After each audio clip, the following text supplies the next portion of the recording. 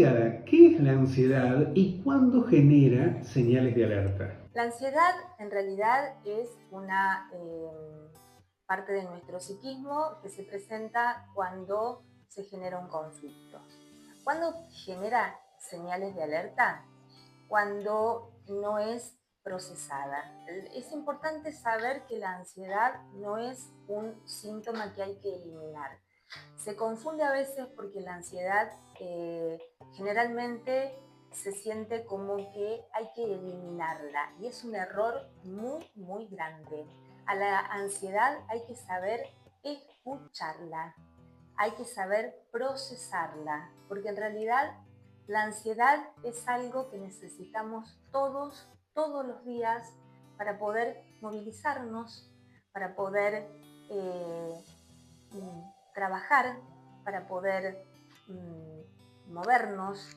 O sea que la ansiedad forma parte de nuestro psiquismo y no es para nada mala, no es enemiga nuestra, siempre y cuando sepamos procesarla. Porque cuando no la sabemos procesar, cuando no la sabemos escuchar, ahí sí puede convertirse en una señal de alerta. Licenciada, ¿qué es un ataque de pánico y cómo podemos detectarlo?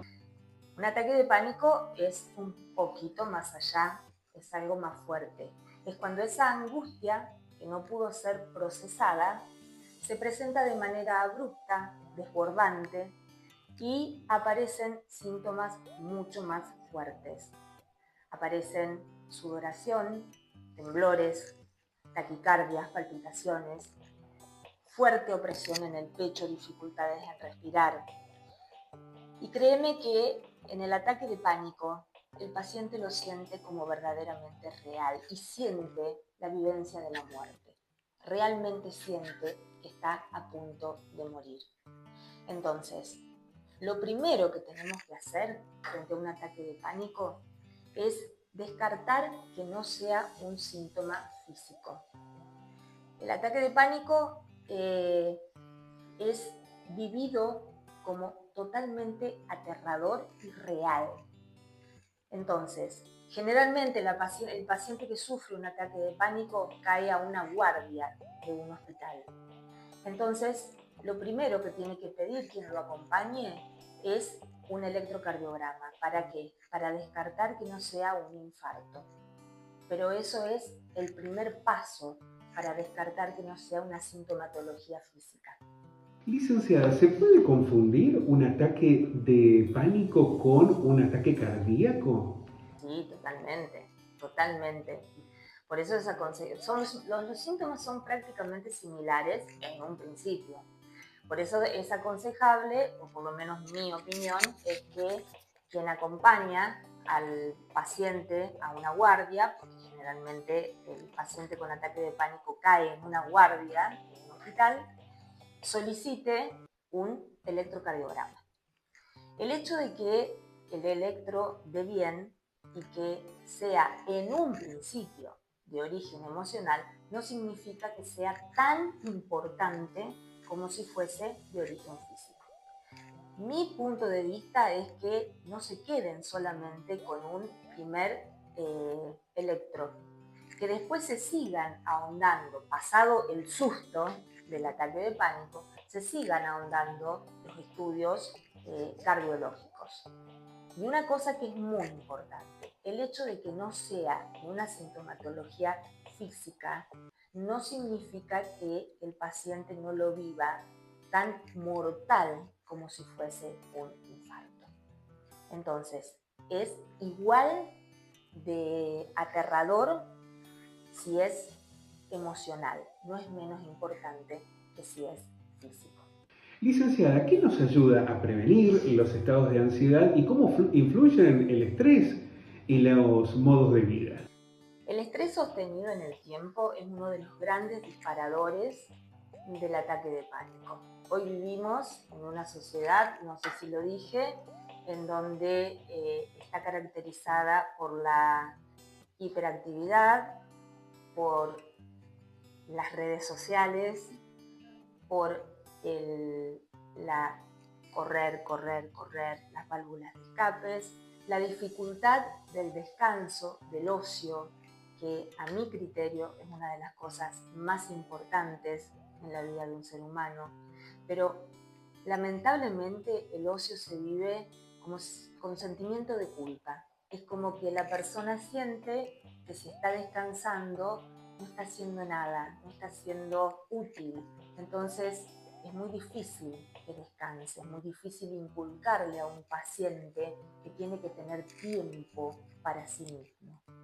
Entonces, eh, todo esto confluye en algo que es totalmente importante. ¿Qué pasa?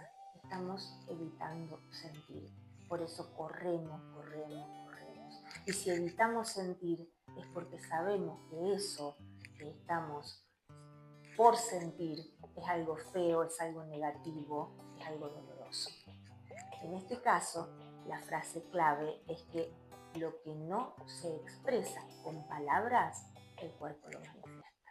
Licenciada, ¿cómo deben tratarse la ansiedad y los ataques de pánico?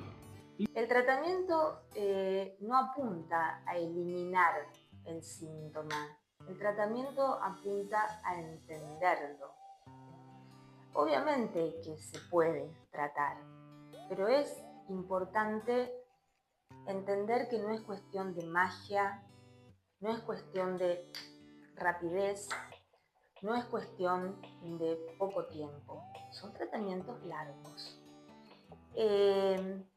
Cuando algo de esto que hablaba recién, de la ansiedad, se puede empezar a nombrar, entonces el síntoma empieza a perder fuerza.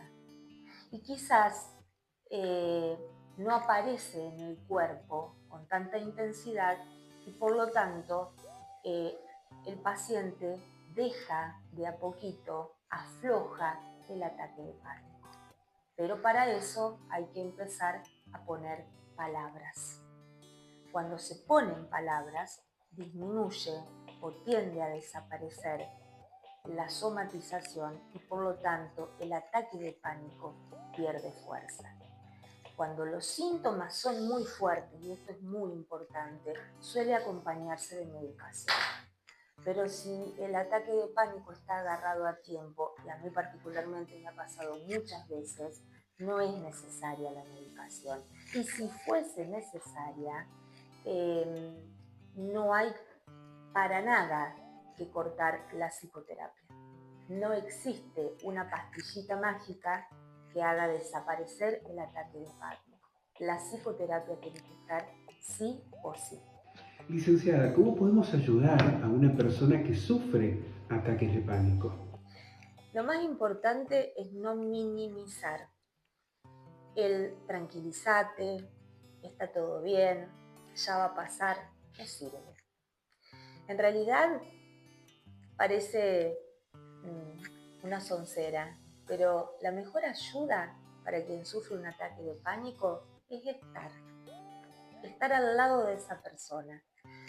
Y algo que, bueno, creo que quienes han acompañado a alguien que padece un ataque de pánico sabe que fundamentalmente es la respiración. Pero la respiración concentrada. A ver, concentrarse en la inhalación, pero solamente que esté la mente en la inhalación en el 3-4 de la retención, en el 5-6 de la exhalación. Esto es para salir del apuro, nada más. Pero la respiración es clave, como lo son las meditaciones, mindfulness, todo eso ayuda, pero es simplemente minimizar. O sea, lo más importante es estar al lado de la persona, acompañar. Y es sumamente importante entender que la persona no está exagerando, la persona lo vive como real y lo vive como si se estuviera muriendo. Entonces, la frase es que a veces no hay que decir mucho, simplemente hay que estar.